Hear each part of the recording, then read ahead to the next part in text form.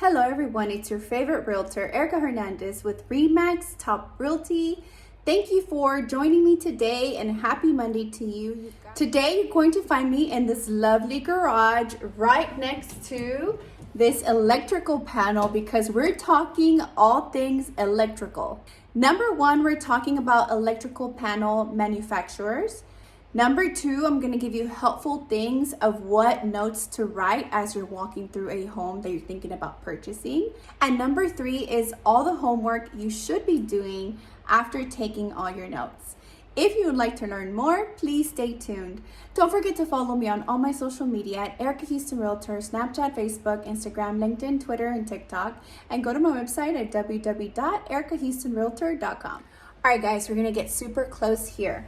This is what an electrical panel looks like, and I always train all my clients to look out for these things as you're looking at the home. Most people get excited about what the home looks like, but I'm over here telling you what things you should be looking at that could actually break the deal if they're not in good condition. So I'm gonna open this electrical panel right here. The first thing that I look at is what the manufacturer is.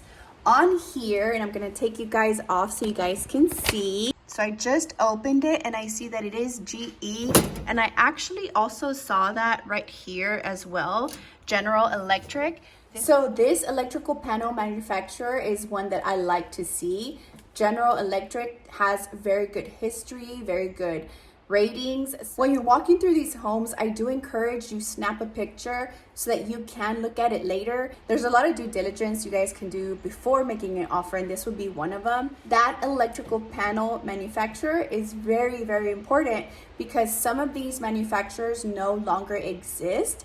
What does that mean? That means if one of these breakers goes off or is damaged or something terrible happens with it, you can't just replace the breaker. If that panel does not exist anymore, they're probably not making parts for it, so you'll have to replace the entire panel. So it is your job to look into what that could cost, but guys, it could be up to $1,000 or more. All right, so we talked about electrical panel manufacturers. Now we're moving on to number two, which is what notes you should be writing concerning all things electrical. On this panel, we're gonna stay here for a little bit longer. You wanna make sure that it's labeled. In some cases, you will see very detailed labels. This one's actually, someone printed this out. It looks so neat. But we also see some more labeling here. So it seems like every single breaker here is labeled, which is a good thing. It's really important to know where everything is at. If it's not labeled, I mean, that could be pretty costly. So make sure that when you're walking these, you're able to see if it's labeled. Something else you need to be writing notes about are the electrical outlets in the home. For example, I'm going to get you guys a little closer here. As you guys can see, this one has what's called like the little reset button. Normally, it will be labeled if it's a GFCI, and I'll put more information on GFCI, but GFCIs are required in the bathrooms and the kitchen, and we want to make sure that we're protected from getting electrocuted, and that's what these do. Anywhere that is near source of water needs to be GFCI protected. If it's not, that's something you should be writing a note about. Okay, so now I'm down here, which is the exterior of this home, and we do have some exterior outlets. You can just really quickly take a peek, and I'll turn you guys around, but you want to make sure that the outlets outside also are GFCI protected. So if I open this up without really messing with it, you guys will also see that this one is also a GFCI plug. What do GFCI plugs actually offer? Well, they're going to offer protection from being electrocuted. Anything that is near a source of water could be very dangerous, so you want to make sure that these GFCI plugs are there, and normally you can identify them by seeing those two reset buttons. What'll happen is if there is a true danger, the breaker will actually trip and could save a life. Here's the electricity coming in again from the panel that's on the other side of this home, and it is grounded. You definitely want to make sure that you do have a grounded electrical panel. Mostly if there's any lightning, this protects your home. Lastly, for number 3 is do all your homework when you get home. It is really important to research all things electrical when you get home. You wrote down the electrical panel information. Make sure you're looking for further information.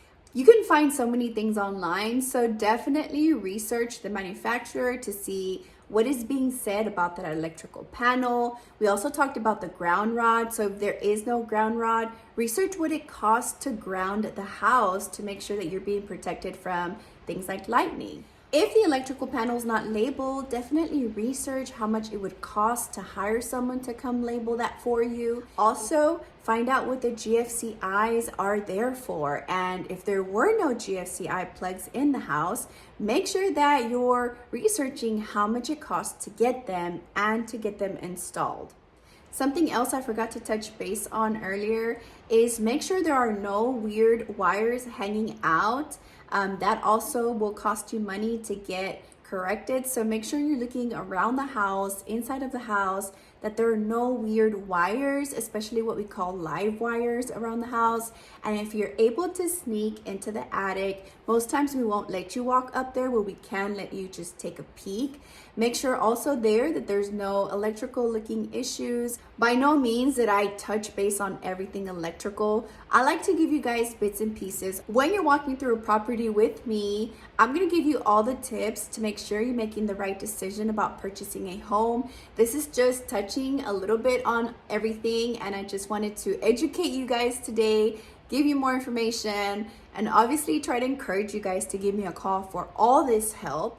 Most times when my clients walk through a home, they're looking at the layout, the cabinets, the countertops, and you're gonna always find me looking for these key items. The reason I do that is to save you time. We don't want to find out later with the inspector about all these electrical issues. We want to know up front. So I do consider myself sort of a mini inspector, not licensed by any means, but I've seen enough to know what tips to give you. So we encourage you guys to always look at these items, write your notes, research it at home, and hopefully you make the right decision and land the perfect home. If you have time to sit with me, this is something I offer. I do train my buyers on how to look at homes way before we start making appointments.